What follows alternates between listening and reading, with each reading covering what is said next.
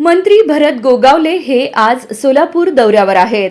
या दौऱ्यात भाजपचे आमदार सुभाष देशमुख यांनी गोगावले यांची भेट घेतली।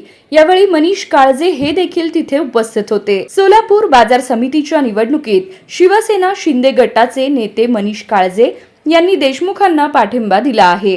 या विषयावर पत्रकारांनी गोगावले यांना प्रश्न विचारला, तेव्हा गोगावले यांनी मजेशीर उत्तर दिलं।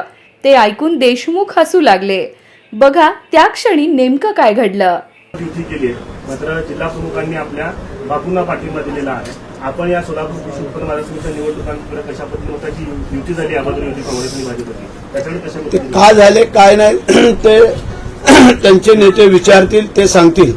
परंतु आम्हाला योग्य वाटलं बापूंच्या संदर्भात आम्ही सांगितलं। आमच्या निकाळजी आणि सगळ्या सहकार्यांनी बापूंना सहकार्य करायचं ठरवलं आणि आमची नैसर्गिक युती आहे भारतीय जनता पार्टी आणि आम्ही आमचा धर्म पाळतो।